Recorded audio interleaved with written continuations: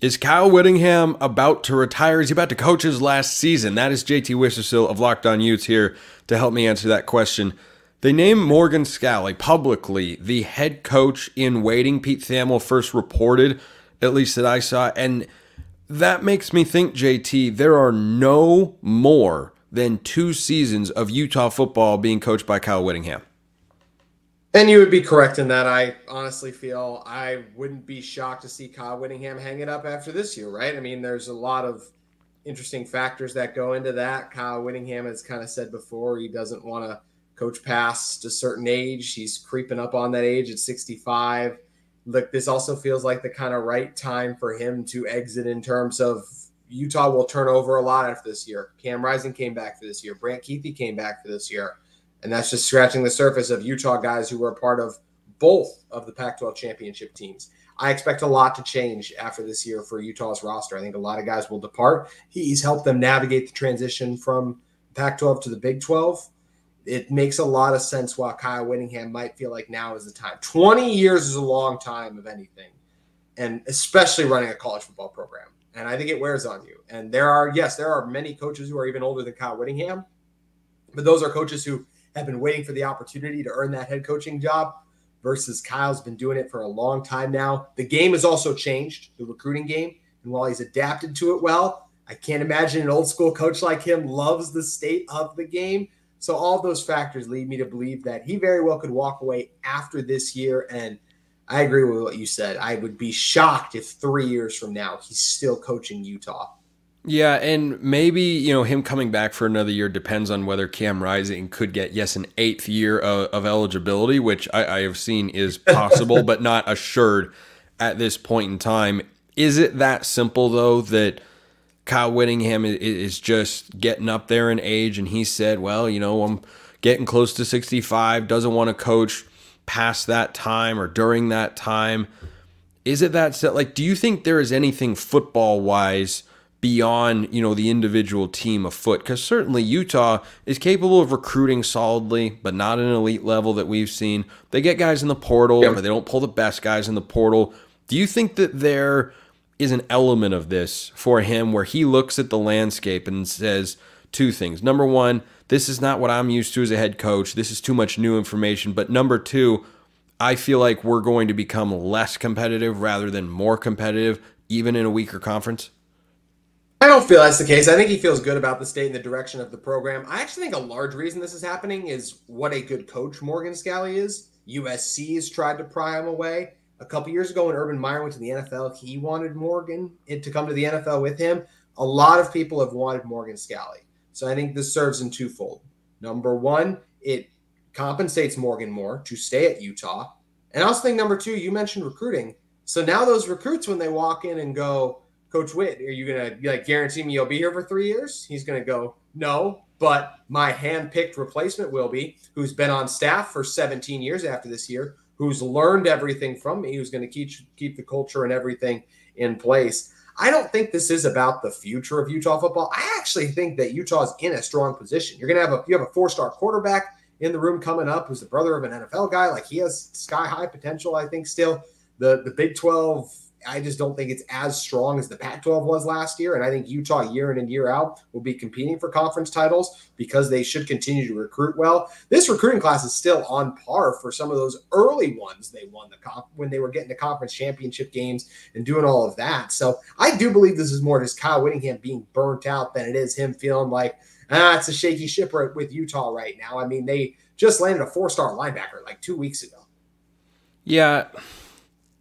The other interesting component is the burnout has to be supremely real, because when you look at where Utah fits into the Big 12 this year, they are definitely the favorite. Kansas State is up there. Kansas is up there. But Utah is the favorite. They have been the betting favorite for a while. I think they should be the favorite. I have a hard time picking against them to win the Big 12 going into this year. But when I talk about Utah recruiting not getting to the highest level, that's, compared to the big dogs and everybody nationally.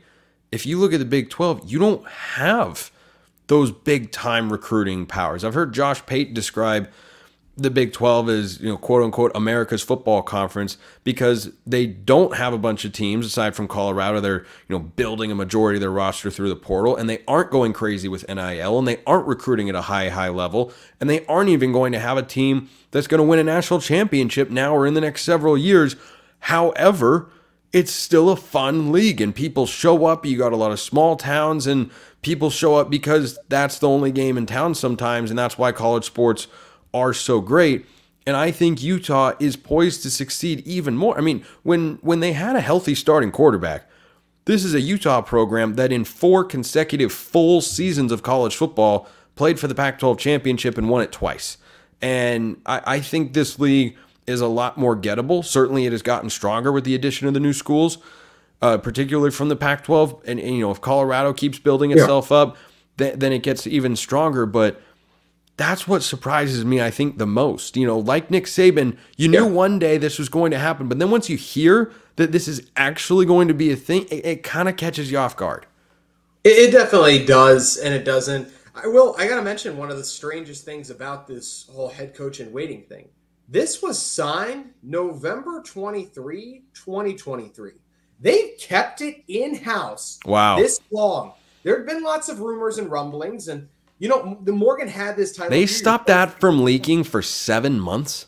Yeah, and like we said, they were kind of like, if you asked any Utah fan who was going to be their next head coach, they would have told you Morgan Scalley because he was the head coach in waiting. Then there was a controversy, so he had that taken away over a text he sent in 2013, and so he got suspended, and they took that away from him. But he remained on staff and has been an amazing defensive coordinator for Utah. He's a natural leader. There's just so many Kyle Whittingham isms in Morgan Scalley. He was always the natural guy to become the next head coach. So as I said, if you asked any Utah fan who's going to be the next head coach after Kyle Whittingham, they would have said that would be Morgan Scalley. When you have something as special as Coach Witt has created, I don't think you hire someone outside to change the program drastically. I think you want the same cultural set that you've had success continue to be in place. And that's what Morgan Scalley will do for Utah. So yeah, it's surprising to see, just to realize once again, if they're putting it out in a formal release like this, then it's something where Coach Witt is getting close. But it's a combination of Coach Witt's getting close, and they really wanted to reassure Morgan Scalley, obviously, hey, please don't go anywhere. You're our guy.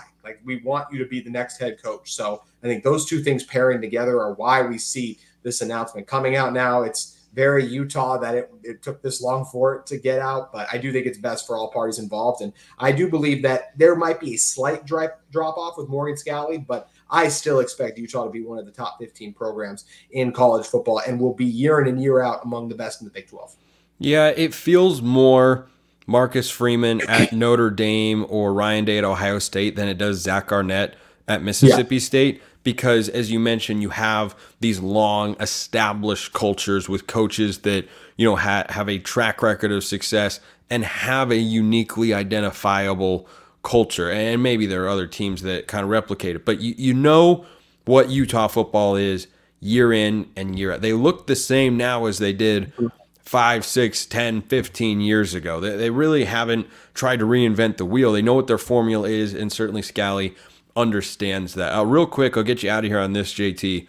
Was it a no doubt proposition in your mind that Morgan Scalley is the guy to replace Kyle Whittingham? Was there any thought to Andy Ludwig, the offensive coordinator, who Notre Dame tried to hire away? Why was it, such a clear-cut choice, it seems, for it to be Scalley?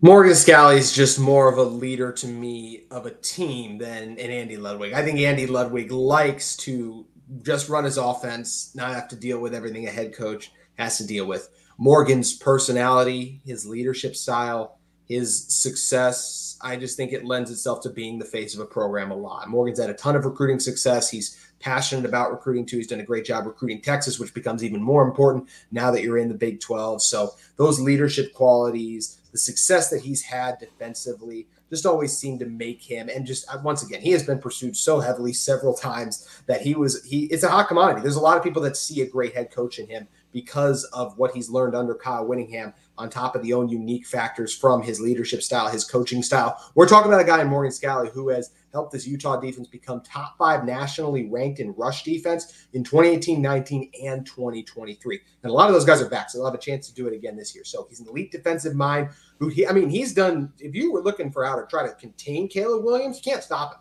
But Morgan Scalley did as good of a job as anyone in those couple of those USC matchups we saw recently too. So an elite defensive mind, a great leader defensively, a guy who embodies everything that Kyle Whittingham is in so many ways. He was always going to be the next head coach for Utah football. Now it's just official.